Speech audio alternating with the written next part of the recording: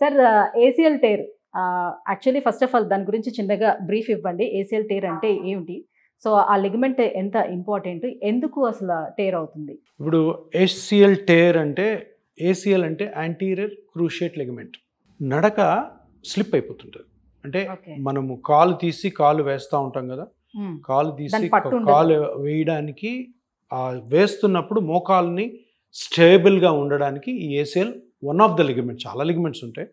ఈ ACL one of the ligament 2 bones మధ్యలో ఉంటుంది అనమాట. ఇది యాంటీరియర్ క్రూషియేట్ లిగమెంట్. సో ఇది మనకి నడుస్తున్నప్పుడు స్టెబిలిటీని కాజ్ చేస్తుంది. అంటే దీనివల్ల మోకాలులో స్టెబిలిటీ వస్తుంది. సో ఇప్పుడు ఈ ఏసీఎల్ కొన్ని ఇంజురీస్లో అంటే దెబ్బ తగిలినప్పుడు కట్ అవుతుంది. కట్ అయితే ఏమవుతుంది?